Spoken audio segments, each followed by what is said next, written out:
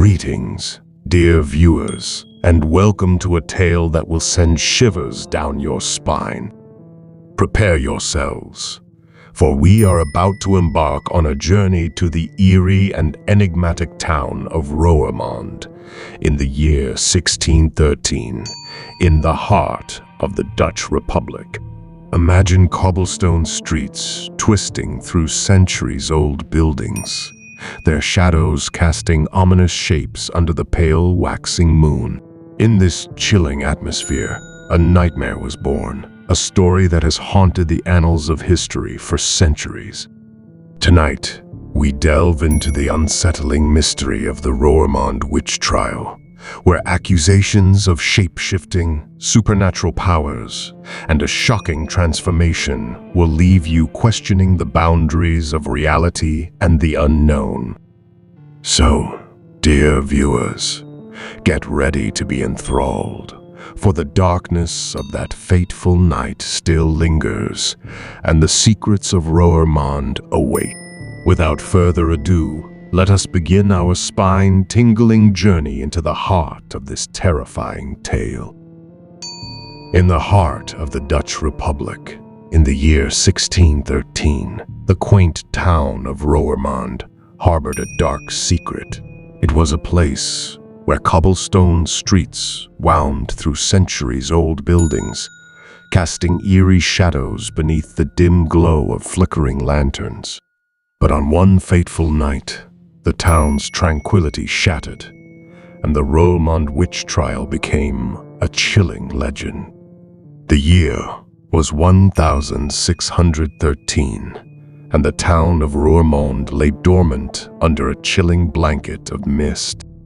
An eerie silence settled over the cobblestone streets as a pale, waxing moon barely illuminated the crooked rooftops.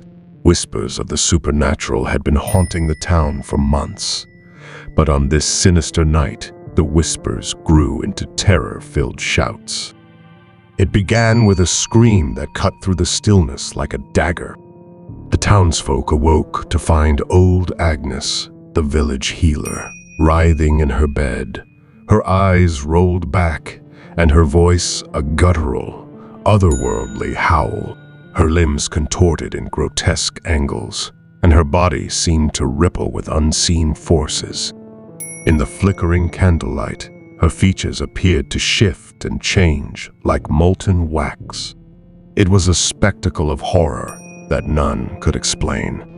Word of Agnes's unearthly torment spread through Roermond like wildfire. Superstitious whispers erupted into a frenzied cacophony, and fear tightened its grip on every soul. The dark specter of witchcraft loomed large over the town, and the blame fell upon one woman, Elyse Van der Meer. Elyse was an enigmatic figure, a widow who had arrived in Roermond under a veil of mystery, bringing with her stories of far-off lands and strange, ancient rituals. Her beauty was as intoxicating as it was unsettling, her eyes harboring secrets deeper than the midnight sky.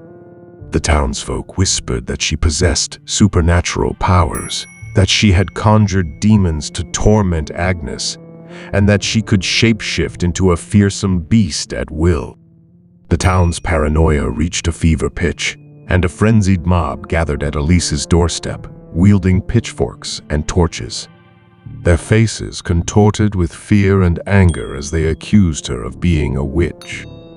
Elyse, standing in the doorway, looked upon the seething crowd with an expression of eerie calm. The trial began the following morning in a makeshift courtroom lit by 1,000 flickering candles. The air was thick with tension as Elyse faced her accusers. The magistrate, a stern man with a flowing white beard, declared the proceedings open. Witnesses took the stand, recounting tales of Elyse's uncanny abilities and the horrors they believed she had wrought upon Agnes. Her eyes, they said, could bewitch a man's soul, and her touch brought fevered nightmares. Her very presence sent shivers down their spines, as if an ancient evil had descended upon Roermond. Elyse's defense was as enigmatic as she herself. She spoke of herbs and remedies, of the healing arts passed down through generations of her family. She denied all accusations of witchcraft, her voice unwavering, her eyes unwavering. But as she spoke, the candle flames danced with unnatural fervor, casting eerie shadows that seemed to echo her words. The trial stretched on for days, the tension in the room growing palpable with each passing moment. The townsfolk were torn between their fear of Elyse and their yearning for the truth. Some whispered that she was a malevolent sorceress, while others believed her to be a misunderstood healer. Then came the most chilling testimony of all. Agnes herself was called to the stand, her body still bearing the marks of her torment. She spoke in a voice that seemed not entirely her own, accusing Elyse of using dark incantations to steal her soul and shapeshift into a monstrous creature at night. The townsfolk gasped in horror as Agnes's eyes, once kind and gentle, blazed with an otherworldly fury. Elyse's fate seemed sealed. The mob outside demanded her immediate execution, and the magistrate, under intense pressure, reluctantly sentenced her to be burned at the stake. As the day of Elyse's execution dawned, Roermond was shrouded in an oppressive gloom. Dark clouds gathered overhead, and a cold wind whispered through the streets. The townsfolk, still gripped by fear, assembled in a somber procession to the town square, where the stake had been erected. Elyse, her once beautiful face now marked by the cruel hand of fate, was led to the stake.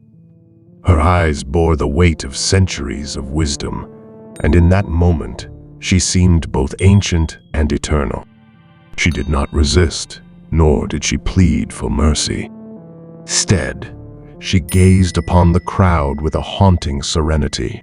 The executioner lit the pyre, and flames engulfed Elyse, casting eerie glow over the faces of the townsfolk. As the fire consumed her, a strange and unnatural wind swept through the square, extinguishing the torches of the mob and sending a shiver down every spine. And then, in that moment of her fiery demise, something truly inexplicable occurred. Elyse's form seemed to shift, her body contorting and changing like a mirage in the desert. Gasps of astonishment filled the air as she transformed into a magnificent, otherworldly creature, a majestic phoenix, its fiery plumage blazing with ethereal light. The townsfolk watched in awe and terror as the phoenix soared into the sky, leaving behind a trail of sparks and embers. It circled above Roermond, a symbol of both beauty and destruction, before disappearing into the heavens. In the wake of Elyse's astonishing transformation, the memory of the Roermond Witch Trial haunted the people, leaving them with a sense of wonder and dread. Some believed Elyse had been a guardian spirit, protecting the town from unseen forces, while others clung to the belief that she had been a malevolent witch. Roermond became a place of mystery, where the supernatural and the ordinary coexisted in uneasy harmony. The cobblestone streets still echoed with whispers of the past, and the memory of Elyse Van der Meer, the woman who defied death and transformed into a phoenix, lingered like a shadow over the town, a reminder that the boundaries between reality and the supernatural were never as clear as they seemed. From the depths of the Roermond Witch Trial, we extract a profound wisdom that resonates through the ages. Beware the seduction of fear, for it can shapeshift reality and blind us to the truth. In the darkest of moments, when the line between the supernatural and the mundane blurs, it is our capacity for empathy, understanding, and compassion that can transform us from mere spectators into guardians of justice. Remember, in the face of the unknown, it is our humanity that must shine brightest, dispelling the shadows of ignorance and prejudice. Thank you for joining us for this spine-tingling story. We hope you found it both thrilling and thought-provoking. If you enjoyed this video, please consider participating in our channel by subscribing, liking, and sharing it with your friends. Your support goes a long way in helping us create more engaging content for you. Goodbye, and may you always tread carefully in the world of the unknown.